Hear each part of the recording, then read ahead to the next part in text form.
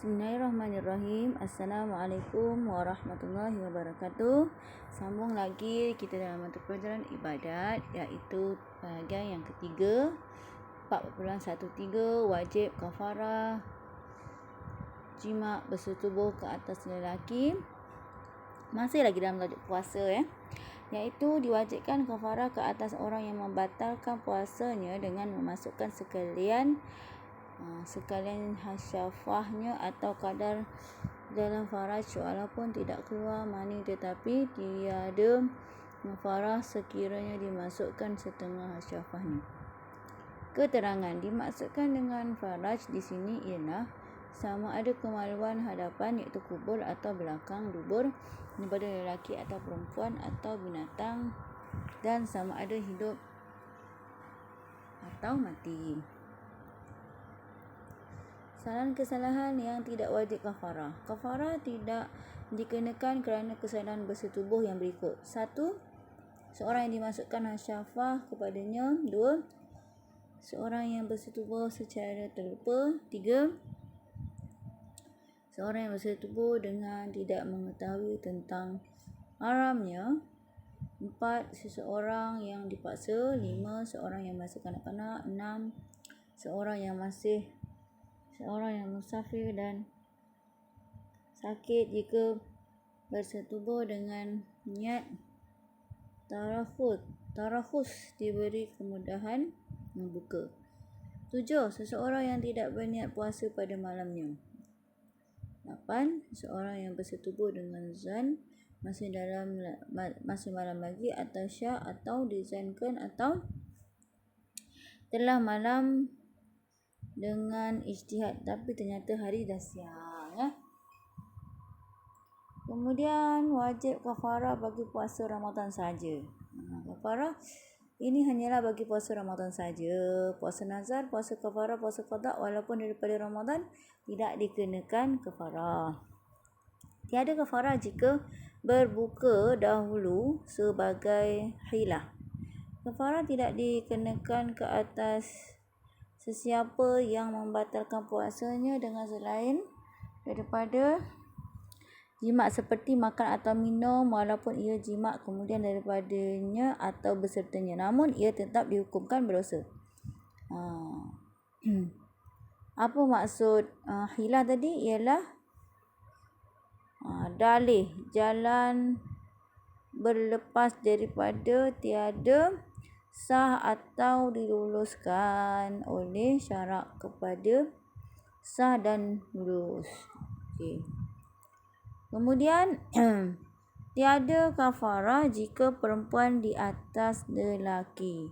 Jika perempuan berada di atas lelaki dan zakar lelaki tidak bergerak walaupun keluar mani, tidak diwajibkan kafarah sebab tidak ada perbuatan darinya. Bentuk kafarah. Kafarah bagi kesalahan kerana bersetubuh ialah memerdekakan seorang hamba yang mukmin dan sejahtera daripada sebarang kecacatan. Bekerja sama ada lelaki atau perempuan yang besar atau yang kecil. 2. Jika tidak mampu, wajib ke atasnya berpuasa 2 bulan berturut-turut. Kalau misal kata nak kata berpuasa berturut-turut tu macam mana? Jika dia berbuka 1 hari walaupun dengan uzur seperti musafir atau sakit, hendaklah dimulai puasanya itu dari awal. Kena berterusan, dia tak boleh ada skip puasa. Kemudian masyaqqah, kepayahan atau kesulitan. Yang ketiga, jika tidak mampu juga disebabkan yang tidak tertanggung olehnya mengikut adat, wajiblah atasnya memberi 60 cupak makanan yang memadai pada fitrah kepada 60 orang fakir dan miskin, iaitu tiap-tiap seorang secupak. Yang keempat, jika tidak mampu juga, tetaplah kewajipan kafarah itu ke atasnya hinggalah dia berkemampuan dan seterusnya melaksanakannya. Keadaan gugur kafarah. Gugur kafarah apabila seorang itu mati atau gila pada harinya. Gila pada harinya tu hari apa? Hari yang dia bersetubuh tu, tetapi tidak gugur dari orang musafir dan sakit. 4.13.7 jumlah kafarah. Okey. 1. Jika seseorang itu bersetubuh 2 hari dalam bulan Ramadan, wajib ke atasnya 2 kafarah. Jikalau 3 hari, wajib atasnya 3 kafarah. Demikian seterusnya. Kemudian yang kedua, jika dia jima beberapa kali dalam sehari, hanya wajib atasnya 1 kafarah sahaja.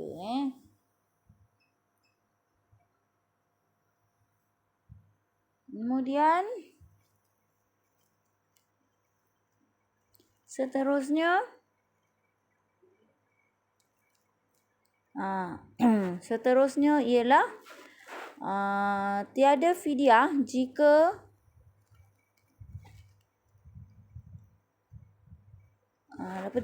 jika luput puasa atau kafarah dengan kematian. Okey.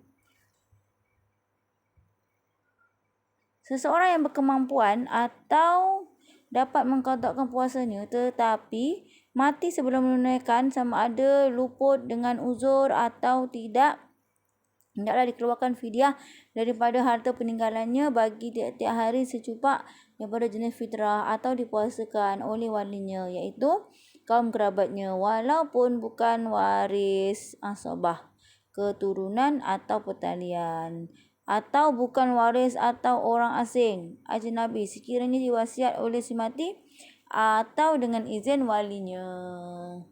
Demikianlah seterusnya berulang-ulang bilangan mud cupak itu mengikut berulang-ulang berlalunya tahun serta diwajibkan qada. Okey, itu dia. Melengah qada hingga tiba Ramadan.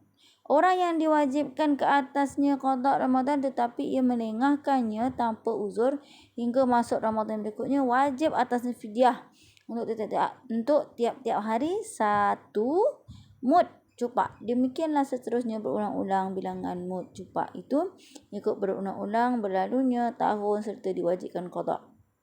Melengah qada hingga tiba 2 Ramadan. 2 Ramadan dah 2 kali Ramadan, tak ganti-ganti juga. Sekiranya 2 tahun masih lagi tidak mengqadakan, wajiblah membayar fidyah bagi tiap-tiap hari 2 mud. Begitulah. Begitulah seterusnya puasa yang ditinggalkan tetap wajib diqada. Contohnya macam tahun 2019 kita tak qada 5 hari. Tahun 2020 kita tak qada juga 5 hari. Tahun 2021 kita kena qada lah 10 hari tu. Kalau kita tak qada juga, kita kena bayar fidyah. Kemudian mati sebelum menunaikan kewajipan solat atau i'tikaf. Seseorang yang mati dan di atasnya kewajipan solat atau i'tikaf, tidak boleh kewajipan itu dilakukan oleh orang lain dan tidak boleh dibayar fidyah mengikut pendapat yang muktamad sebab tidak terdapat nas mengenainya. Keterangan mengikut satu pendapat qail boleh disolatkan sebagai ganti. 2. Satu pendapat qail lagi hendaklah diganti dengan fidyah, iaitu tiap-tiap solat secupak makanan dan bagi i'tikaf secupak juga pada tiap-tiap hari dan malam. Yang ketiga, 2 pendapat ini boleh diikuti taklid kerana diceritakan bahawa Asy-Syaikh As-Subki melakukannya untuk ibunya. Yang keempat, jika bertaklid kepada mazhab Hanafi yang masyhur mengharuskan fidyah solat adalah terlebih baik. Kemudian puasa-puasa sunat. Puasa-puasa sunat yang disunatkan ialah puasa di hari Arafah yang pertama, iaitu puasa hari yang ke-9 daripada bulan Zulhijjah selain daripada orang yang mengerjakan haji dan musafir. Keterangan, bagi orang yang sedang mengerjakan haji dan jika dia diketahui bahawa pada malamnya dia telah sampai ke Arafah dan seterusnya bermukim, disunatkan juga berpuasa. Yang kedua, hari Tasu'a. Hari Tasu'a iaitu hari yang ke-9 pada bulan Muharram yang lalu. Yang ketiga, hari Ashura iaitu hari ke-10 daripada bulan Muharram. Yang keempat, hari-hari Al-Baid. Hari-hari putih apa dia? Iaitu hari yang ke-13, 14 dan 15 pada tiap-tiap bulan Hijrah. Yang kelima, puasa 6 hari dalam bulan Syawal dan lebih afdal jika berhubungan dengan harinya. 6. Hari-hari Asud, iaitu hari yang ke-28, 29 dan 30 pada tiap-tiap bulan. Yang ke-7, puasa hari Isnin dan Khamis. Yang ke-8, puasa hari Rabu. Yang ke-9, puasa hari Mi'raj. Yang ke-berapa ini anak-anakku? Okey, yang ke-10. Yang ke-10. Puasa pada hari yang tidak ada makanan baginya. Yang ke-11, puasa di bulan haram, iaitu puasa bulan Rajab, Zulhijjah, Zulkaidah dan Muharram. Ashhurul Haram. Ashhurul Hurum. 12, 10, 11, 12. Puasa di bulan Syakban. 13. Sunat berpuasa sehari dan berbuka sehari. Puasa hari Jumaat. Makruh puasa pada hari Jumaat sahaja, melainkan hendaklah diiringi dengan hari Khamis atau hari Sabtu. Kita puasa hari Jumaat boleh, tapi kita kena gabungkan. Sama ada kita buat hari Khamis dengan Jumaat ataupun Jumaat dengan Sabtu.